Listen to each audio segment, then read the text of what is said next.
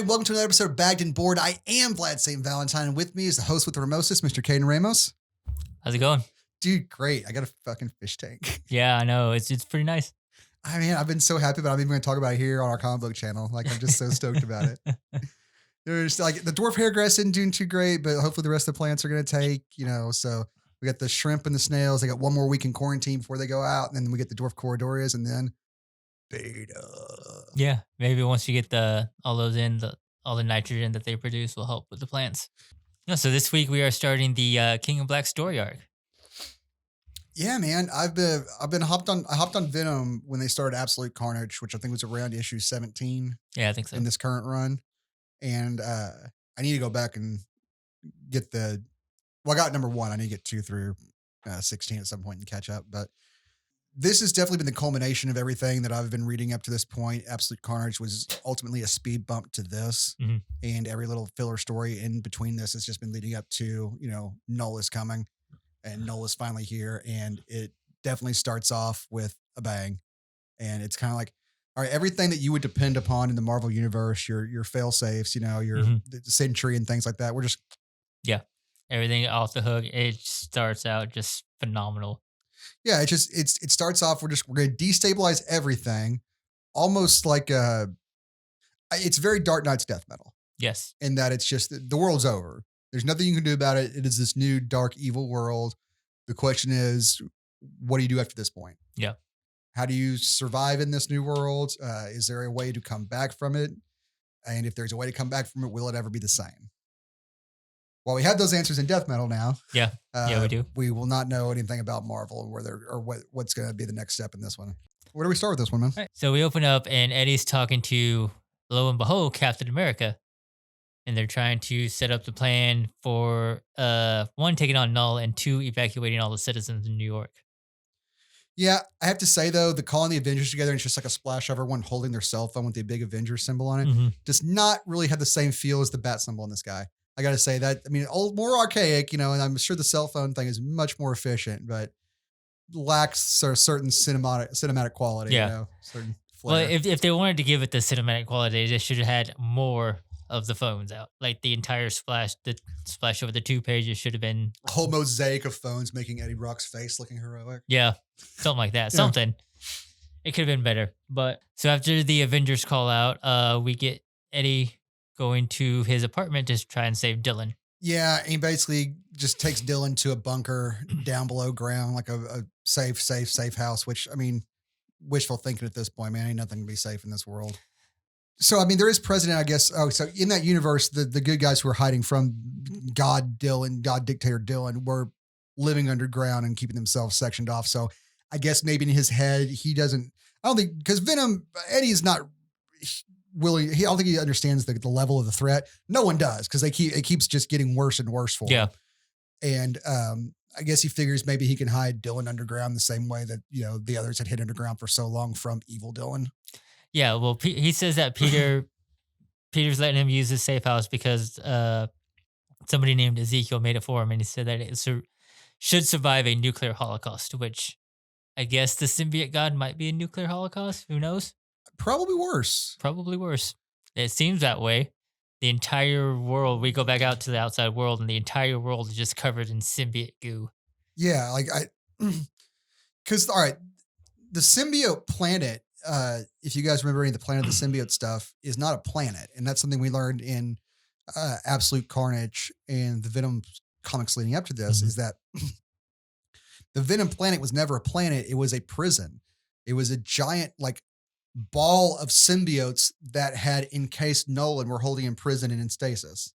We already see that symbiotes can amass and congeal themselves into a way that can basically form an entire planet. And they've, one of the first things Knull does when he arrives, of course, is, cover our entire planet and block out the sun and block out everything else. So it's a living, thriving mass of millions of creatures that can move at his mere thought. And I mean, the way he controls them like a giant hand and stuff like that. Yeah. Swoop down and everything. To lead up to it, they have phases of their evacuation. He puts Dylan down, and then the Avengers are supposed to be evacuating people. The X-Men are evacuating people. X-Men show up and they have all the Krull ships and stuff in their orbit, Mhm. and Iron Man's rigged up as a giant bomb. And as soon as like Knull and all the dragons show up, they set it off. Just huge explosion, just does nothing. Mhm. Like doesn't even slow them down. Which again, this whole escalating thing. They think they got something to solve this. Here's a big bomb, because Iron Man. Yeah. Here's a big bomb, not big enough. Nowhere close. So Captain America, Captain Marvel, and a couple others, they're out on the streets trying to evacuate people. And Eddie connects to the Spire, which was this symbiote spire type thing that Carnage should use to control everyone he had infected during Absolute Carnage. And he was going to use it to try and connect to the hive mind, the symbiote hive mind, without getting consumed by it. And he does so, but when he does, he sees the depth of what's actually going on. And he's like, it's not just the dragons. It's not just Knull. His first enemies were the Celestials, and he settled the score. And like, they just land covered in symbiotes, and Knull just steps out of the chest of one, like he's riding it like it's his fucking steed. Yeah. Or it's like a mech, celestial mechs, biological celestial mech suit. Yeah, those are cool words. I never thought I'd get to cram together in one sentence. It's an intense scene, man. It's a two-page splash, and it was really well done as far as drawing goes. The art in this is amazing, and it doesn't feel overly done. It's got a cartoony, soft style, and as far as there's a lot of rounded. It's very rounded. There's not jagged points to it. I'm sorry, I'm not an artistic person, so it's hard for me to describe these things. But like, you see this softer, more rounded things and things you think that would be more. You got these monsters or whatever. You got like. Look at this one cover. Yeah. Jagged teeth. But with the flowing nature of the symbiote, it's more rounded and soft. Yeah, and it looks, and somehow it looks still terrifying. Better, yeah. It flows beautiful. So everything flows, but it doesn't feel like that flowing style always seems to connect a sense of calm and peace, water, things like that. And this is just a rolling tide of black horror. Yeah. Like the abyss swallowing you. And then we get to the heroes just saying, fuck this. Let's just pull out our trump card now. Yeah. And if this were the MCU, I'm pretty sure that Captain Marvel would have already taken Knull out and we would have been done and gone home. Mm-hmm. But Knull comes down and acknowledges our hero, and he's like, who are you guys? And Cap's like, well, normally we're the last person you see, but right now we're just here to watch. And then they hit that trump card. Then Psycho Superman shows up, better known as Sentry, and grabs Knull by the throat and flies him out to space and starts to lay his whole, it'll make this quick bullshit. But Knull's like, don't even worry about that, kid. Yeah. We know who you are. We remember you killing Carnage.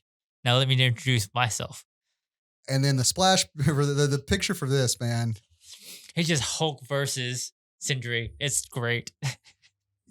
Four tendrils just with claws just shoot from his chest, and all you see is just parts of Sentry flying off in all directions, man. He basically he was being drawn and cornered by one person, basically. Yeah. Like I said, Hulk versus Wolverine, where he just rips them apart and just. Yeah. Yeah. Yeah, Sentry ain't coming back from this one, homie. So yeah, what are you gonna do when Psycho Superman's dead? I mean, why didn't they send Captain Marvel up there too? And she's like a god, basically. Yeah, she's there. She's sitting there with Tony. Doing fuck all. Yeah. Can't she just fly through ships and like destroy entire like Krull fleets with their sneezes? I guess so, but at least Sentry does take out one of the Celestials. When he comes down, he does fly through one of their heads. He couldn't get through like two of them, like all three of them. Just be done with them. Yeah, no, just the one. Just the one. Leave the other two for us to deal with. Thanks, Dick. I guess he was, focused on the task at hand. Yeah, figured that once he fell, everything else would just kind of go with it. But I don't know. It didn't seem like it would take that long to be like doop, and be right on top of your guy again. Yeah, because they were waiting for Captain America to tell him to go ahead and engage, so he could have. Just done it in the background. Quietly snapped a celestial neck or two. Yeah, whatever. I've got no idea what his skill set is. I just know that he's Psycho Superman. That's about it. And has never been that appealing of a character to anybody. So Knull, having met, as he says, I've met your armies, now meet mine, just raises this tide of symbiote over all the heroes. And now all we see is, Iron Man, in his headquarters in space, like going Steve, and just Cap's hand just going under. And that's it. That is it for Earth's Mightiest Warriors. That is it for everything we got here, man. Yep.